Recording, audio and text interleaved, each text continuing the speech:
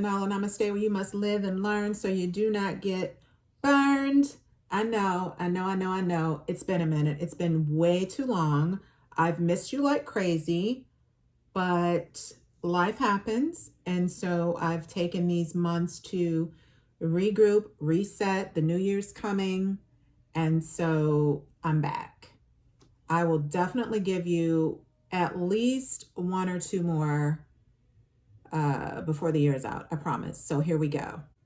I would like to talk about mental health. I do not believe that we take our mental health serious enough. And as the new year approaches, I think that it's important that we begin to tune in to what we're feeling, right? Whether that be anxiety, depression, anger, whatever it is, we need to tune into it, because if you don't, you can't acknowledge it, and we can't fix what we don't acknowledge, right? So I'm doing this episode for Stephen Twitch Boss, rest in peace. He committed suicide almost a year ago on December 13th of 2022.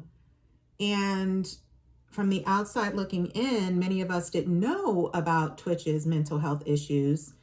And I say that because there are a lot of us out there who are not mentally healthy. And we go to work every day like everything's cool. And we talk to our friends and family like everything's cool when it's not. And we have to stop doing that, because if we don't tell someone we're hurting, we can never heal, right? Sometimes we need that extra motivation to go to the doctor or to see a therapist or to start exercising or doing whatever it is that we do, so that we can get mentally healthy again. And it's so important to know your family history as well, because when you know your family history, you can decipher, what your risks are. And when you know what your risks are and you educate yourself, you can make better judgments, better decisions about how to move forward with your health, right? So let's talk statistics. 50% of adults have reported some type of anxiety or depression. That's a lot of adults. And 5.44% of adults have experienced severe mental illness. I'm going to let you do the math on that. 5.44% have experienced severe mental illness. Yep. Over 12.1 million adults have reported suicidal thoughts. 12.1 million adults have reported suicidal thoughts.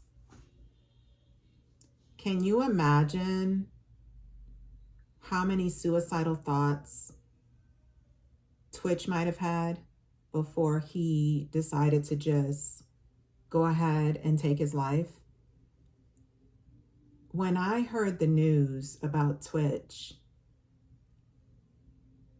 I just dropped silent tears. Like, my mouth hung open.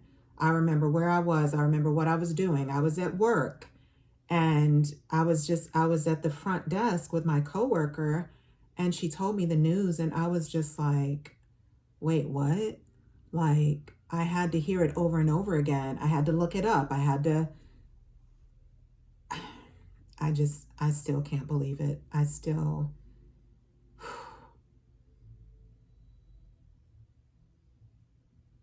I say that to say this. You have to get help if you're having suicidal thoughts, if you're dealing with a lot of stress, anxiety, depression. Get help. Resources are available. And at the end of this video, I'm going to give you some resources so that you don't have any excuse on saving yourself or someone you love. A few of the things you can do to stay mentally healthy: exercise, meditate, journal, go to counseling. I know so many of us have a pride thing. We can't go. We feel like we're going to be judged. And I think that's why pride is the deadliest sin. I think that's why pride is the deadliest sin. You don't have to tell anyone you're going. Just go. You don't have to tell anyone. Go. You deserve to live. You deserve to be mentally healthy. You deserve to be happy. You deserve to be well. Love yourself enough to at least try. Love yourself enough to at least try. Here are your resources. Don't want to take up too much of your time. So if you are in emotional distress, or if you're having suicidal thoughts, or if you want to talk to someone about how to alleviate your stress, your anxiety, if you're feeling like you're depressed every single day, or if you feel it coming on, you know what that feels like. You know what your body feels like. You know what your thoughts are. Here are your resources.